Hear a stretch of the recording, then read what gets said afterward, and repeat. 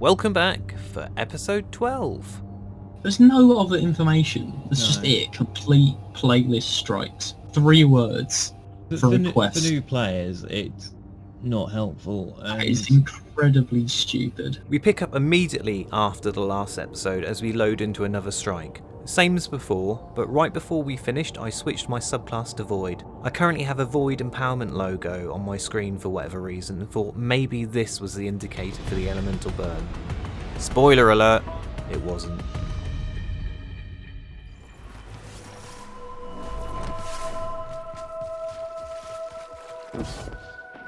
Like there was this like maze thing that you have to do, and when it came out no one knew exactly what to do, so it took like the community to figure out how to do it. You know, very similar like some of the old Halo stuff. And, yeah. You know, that seemed alright. I was like, yeah, but when it's something like this, which should be straightforward. I mean, it's so straightforward that they've only used 3 words to describe the entire quest. So it can't be that difficult, surely. It's 3 words. Yeah, but it's the fact that they call it playlist strikes. That's the thing I'm getting confused over. Yeah. Why don't they just call it strike? I mean, there is a category called playlist, but... Come on, piece it together. You've taken the information about the burn into account. Why not this? I said it last time, we've tried so many different things to get this to work and none of them did. It wasn't that the playlist strikes didn't work, it just had to have the elemental burn attached to it. That's all we needed to do.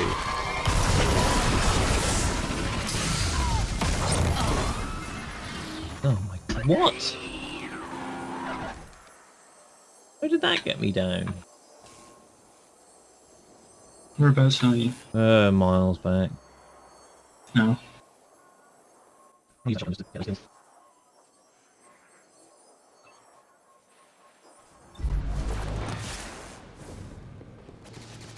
think I accidentally pressed it. We must have spent several hours over several days trying to figure this out, and even as I'm talking, it feels like I'm making excuses. Not for me or us, but for Bungie. 5 playlist strikes. That's all it said. We didn't know anything about an elemental burn, and we never came across it in game. It was again from other players that we got this critical, need-to-know information for such a simple task.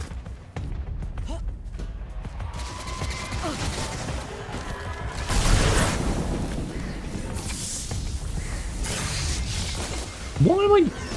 Is it the floor? I honestly was so preoccupied about this fricking task, broke my brain couldn't focus simple things on. Of course flashing Sparkly's Floron damage you would, let alone needless dying, falling out map, and attempting to understand the Void subclass with different key combinations to do similar class abilities. No, run, and no, jump. I'm trying to do my skill.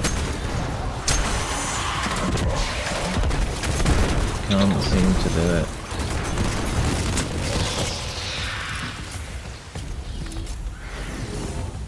I die the majority of the time because I'm trying to get the skill to do its thing.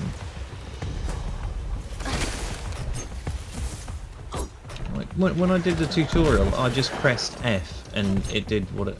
Oh, it's not charged yet. You can clearly see me trying to get this middle square to go, and it looks like it's trying, and I end up confusing myself by looking at the left one, which was obviously the grenade.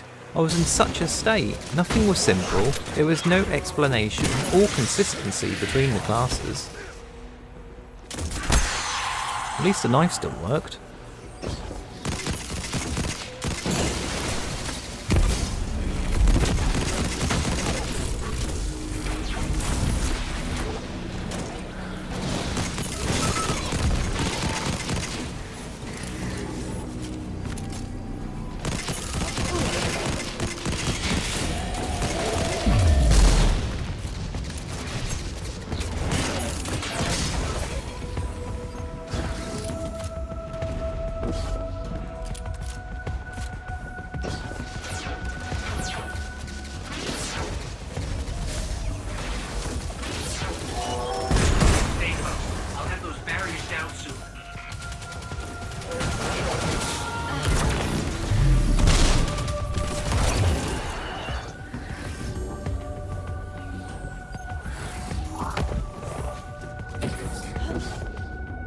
This device looks like an old arc energy conveyor. Yeah, that could hurt.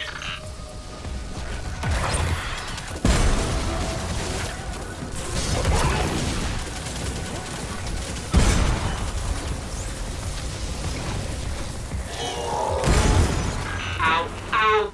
Can I get a hand? Thanks. I need a vacation.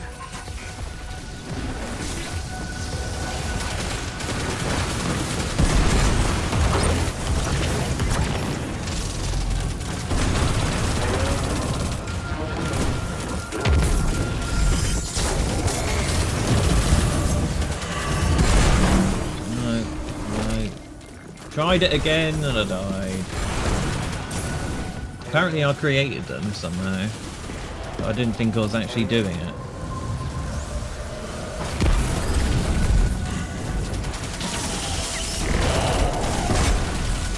I didn't even see me do it. That's how bad it was. Well, there it was. Finally did the middle ability, saw it was a grenade and just ran. I think Deadly said in the previous episode, and definitely something in episode 7 at the EAZ about the Hunter class jumps. He found this out early on, but this was only perhaps the second time I changed my subclass. Well, if you right clicked on the subclass, you could customise it further, selecting different supers, melee and other perks. Don't know how he found this out, but I missed it, and it was quite a while before I actually found out you could do this. Arc energy from Exodus 10 control everything, including the barriers. Oh, that's you again.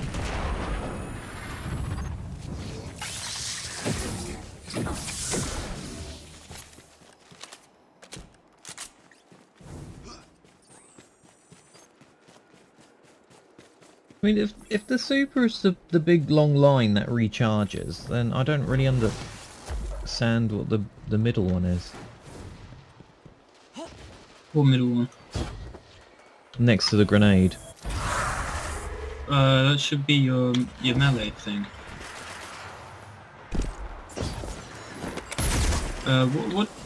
What does it say your melee ability is then, and your subclass? I don't know, I've not read anything. Try holding down the button, because sometimes that works. It depends on the ability that you have. My mistake, he said it here, but I wasn't going to look at my character screen in the middle of a strike. When I was playing Hunter, I don't think I was using the Arc class, I think I was using Void, but the melee ability that came with the Void one was like a smoke bomb. Yeah, no, it's done that. I thought that was another thing. But yeah, that's okay.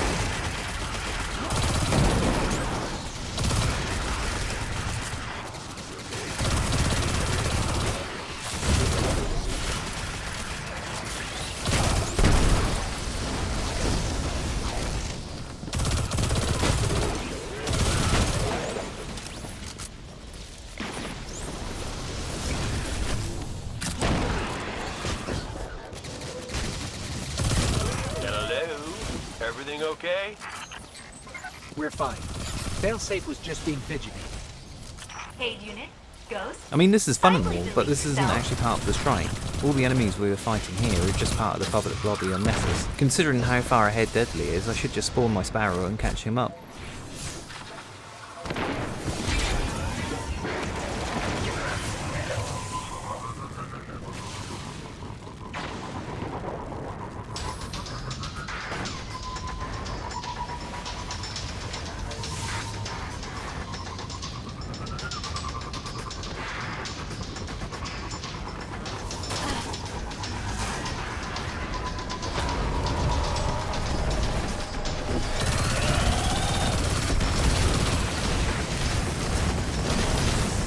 Getting caught on again.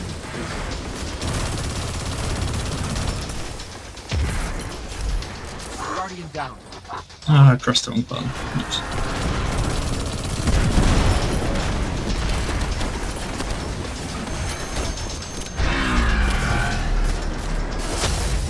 No idea what happened to me here. As soon as I hit the ground, I die. Said the shank killed me, but it wasn't even looking at me.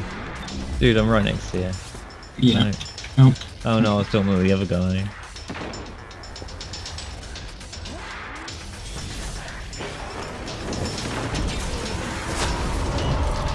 Oh, I would have died.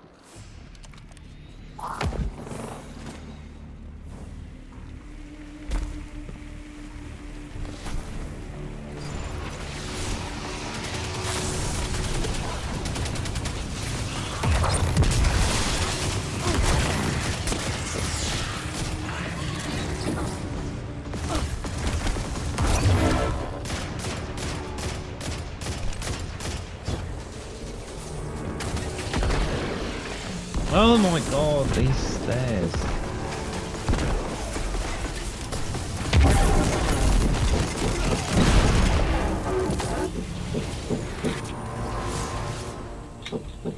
Jesus, why is that so loud, man? Jesus Christ.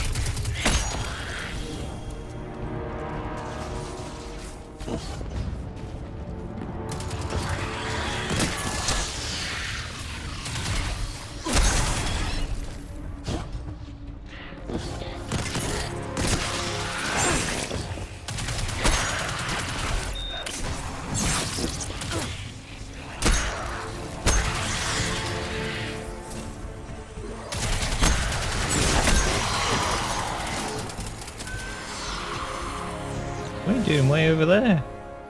Well, apparently there was a second path. I don't really see the point in that.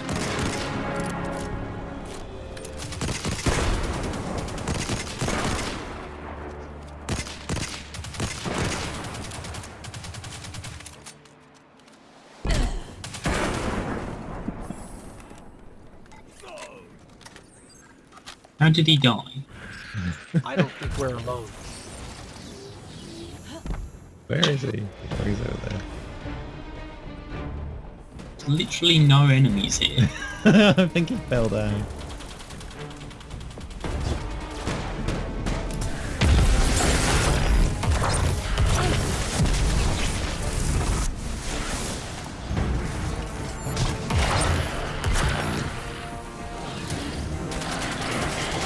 Oh, he's there again. Ugh.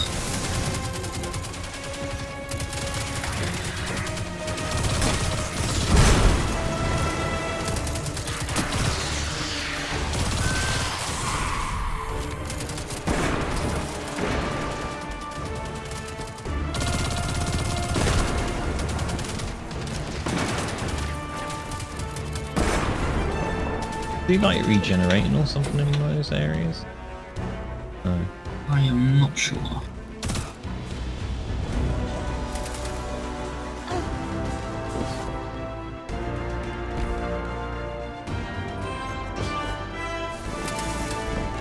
No, can you not jump up? He's coming in from the front.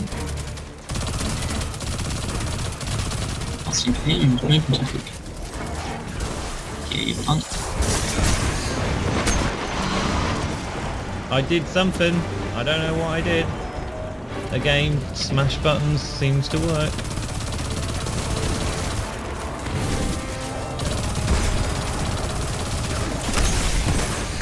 Ah! Got me.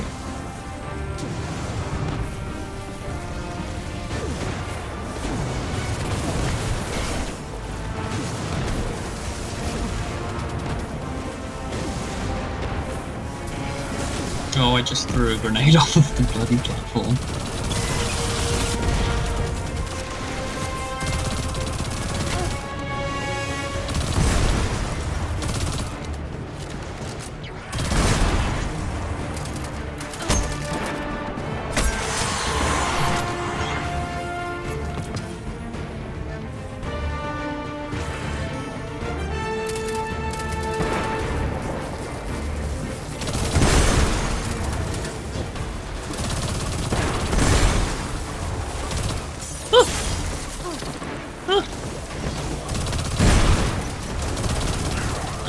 bit in the middle doesn't get electrocuted.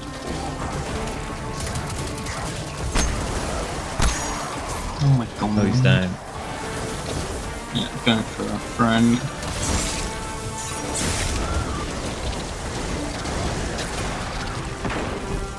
Okay, it fell off. God damn jetpack! There you go. Oh, he's down as well now. Yeah.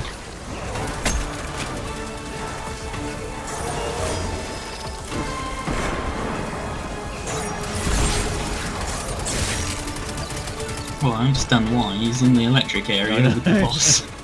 On his own. We've discovered, the middle you don't die. Hello? He hasn't discovered that yet. Hello, can you hear me? All right. We have no choice. Operation Oboe. Shouldn't we tell him we're fine? Now, it's better this way. Right, okay, so we're going to go back to the tower now and check. Yeah. Stand by for I don't rescue. think it's done it again, I'll just break because those bullet myself. it would be that easy. Well, all the other quests seem to be pretty, like, on the Yeah. ball about updating, so the fact that it still says 0 out of 5. Well, no, not just that. I think with the adventures and other thing, the events. Public events? Yeah, I'm sure that actually updated quicker than what it was meant to. I'm sure we only did, like, 3 adventures, and it counted as 5 for some reason. Yeah, I don't know.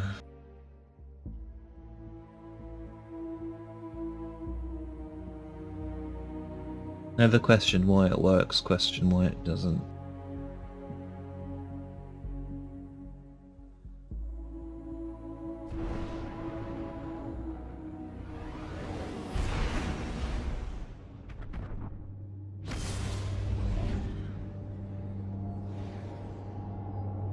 Although, for my shotgun, whatchamacallit gun, I think that definitely got a few more kills of that.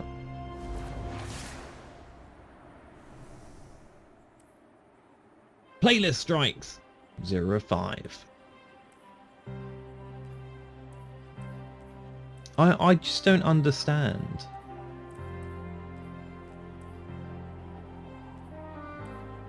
I really don't.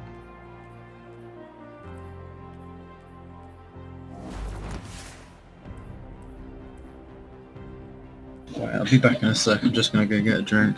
Okay. At 37%, are you kidding me? And that's the last we see of Deadly for the rest of this episode. Can't remember what drink he got, but it was at least 15 minutes before he came back. He usually just drunk Iron Brew, so unless he went out to buy it, he had no excuse for taking so long. In the meantime, I just run around the tower for a bit, visiting the vendors and so forth, but it does give me a chance to talk about some of the other stuff we found out. There's probably only 2 episodes left of this series, so I'll use this time wisely. I said back in episode 4 how useless Glimmer was. Well, towards the end of my time playing, I saw exactly how it should be used. You can see top right I have 250,000 Glimmer. That was the max you could carry, so the best thing to do was spend it, but I'll quickly say that there's also 152 legendary shards, 0 silver, and 1,450 bright dust. In reverse, the bright dust was a semi-free currency. You could gather this sometimes from quests, but not all of them. You can trade this in at Eververse next to the Postmaster at the top of the tower for some skins and emotes. The silver was a paid for currency that you could buy the same but different stuff at Eververse too. The legendary shards were more important early on, but I was yet to use any of these. Every time you broke legendary weapons or armor down, you would get these, and they were needed to upgrade weapons and armor, sometimes in conjunction with other items. Each planet also had its own material that you could get from the ground. You may remember me shooting these on occasion. You could trade these in with the planetary vendor to get specific weapons and armor, but not really worth doing unless it was early season and you wanted a certain item. With that said, at the Tangle Shore there was Spider. He was a friendly fallen, also known as an Elixni, who saw the benefits of trade over war. Depending on the week, you could trade in your glimmer for planetary materials, or on the odd occasion, other materials needed for upgrades, such as enhancement cores. It was quite expensive, but there wasn't really anything else to spend it on, so once you got close to that 250k mark, it was best just to get rid of it on something so you could keep on collecting more. You also needed enhancement prisms and ascendant shards to upgrade your armour, but these could be bought at Banshee, the gunsmith at the tower. 10 cores would get you a prism, 10 prisms would get you a shard, along with some additional glimmer and planetary materials along the way. Expensive and a massive grind, but it did keep you playing, even if it was the same old tedious stuff. Now a little bit about the weapons and armour. Legendary purple gear was the only thing that really mattered, as this could be upgraded with the earlier said materials. Each item had a number relating to its total power. This was broken up over 6 areas, and depending on how it was laid out would affect your character's speed, shield regeneration, super regeneration, health and all that good stuff. Once it was fully upgraded, you would also get a bonus on those stats too. There were 6 different pieces of armour, and it was in combination with all those stats that determined the level of performance gain. Each item was random in terms of its power and where it was distributed, and I kept hearing it was depending on your role as to where these points were needed. This irked me, as how do you know what role you wanted if you don't know what roles were available? And this was also something that you didn't learn in-game. Over time I kept scrapping items which had a total power below 55, then 60 and finally 65. You could only store 500 items across your possible 3 characters, and I had one for each class. Each class you could share the weapons but not the armour, as they were class specific, so that 500 slots easily filled up quickly.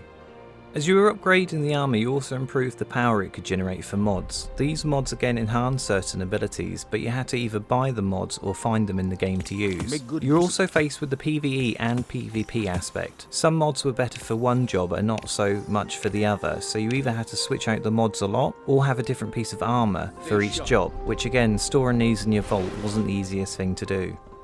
Weapons were slightly easier. They had random perks. You kept playing until you got the gun with the perks you wanted. Then you had something classed as a god roll. Once you upgraded this fully, you'd generate more light that sped up your super abilities, to which at this stage I had not yet done. There was also exotic weapons and armour. You could only use one of each at a time. Again, weapons were simple, they are always the same, but the total power of the armour also varied, even if they were the same piece. To enhance a weapon, you had to first find the catalyst and do certain tasks to equip it. Whether armour or weapon, they gave an extra ability that you couldn't get from legendary types. So again, choice and knowledge helped there.